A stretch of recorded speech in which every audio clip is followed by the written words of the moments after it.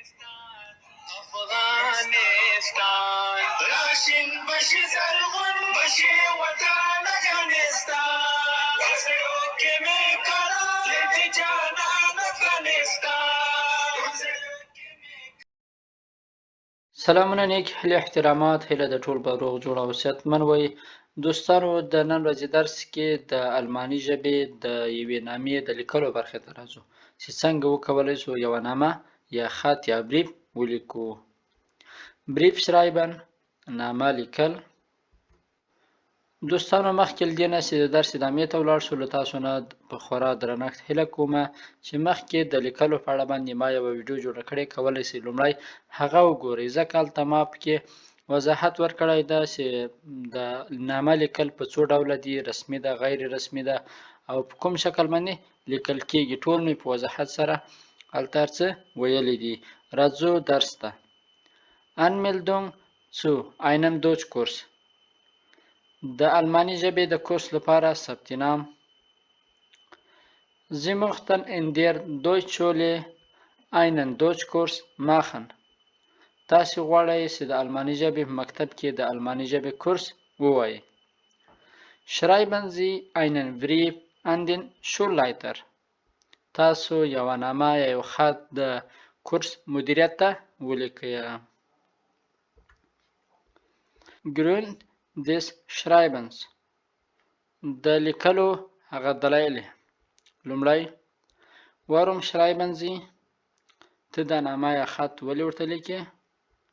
دویم wann beginnt der Deutschkurs؟ د الماني ژبې کورس څه وخت شروع کیږي؟ دا پوښتنه ورنه وکړه په نامه کې. دریم wie viel kostet der Deutschkurs؟ د الماني ژبې کورس قیمت یا فیس څومره ده؟ راځو اوس یوه نامه لیکو. ښه دوستانو اوس راځو یوه نامه لیکو. هلته یې رانه 3 پوښتنې کړې وې چې دغه پوښتنې تاسو پکې وکړئ. لکه څنګه چې تاسو ته معلومات ده دا یوه رسمي نامه ده، نو په شروع کې موږ او تاسو شروع هم په رسمي الفاظو باندې کوو او په آخره کې هم په رسمي شکل باندې خاتمه ورکوو. راځو شروع کوو ورباندې. Sehr geehrte Damen und Herren. ښاغلو او اغلو.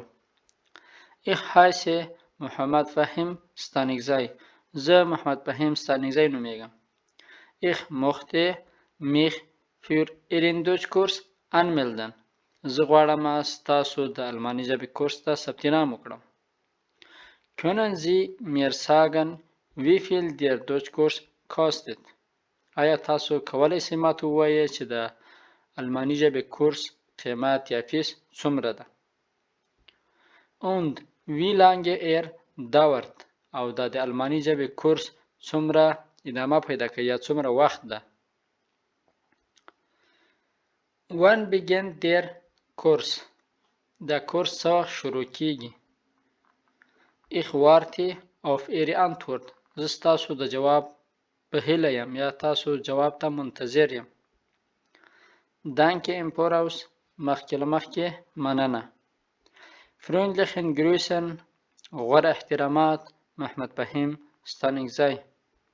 دا و دوستانو د کورس د ثبت نام لپاره یوه نامه له موږ او تاسو نه 3 پوښتنې کړې وې. ویلي وو چې تاسو د قیمت پوښتنه وکړئ، موږ وکړه دلته، او دا یې ویلي وو چې څه وخت شروع کیږي هغه مو ویلې، او همچنان موږ ته ویلي وو چې دا څومره وخت ادامه پیدا کوي. دا 3 واړه پوښتنې مو ورنه وکړلې او په آخره کې مو دغه جمله ور اضافه کړله.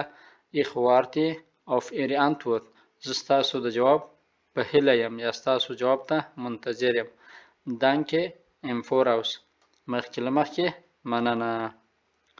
دا و دوستانو د نن ورځې درس که چیرې مو د خوښې وړ ګرځېدلی وي له نورو ملګرو سره یې شریک کړئ.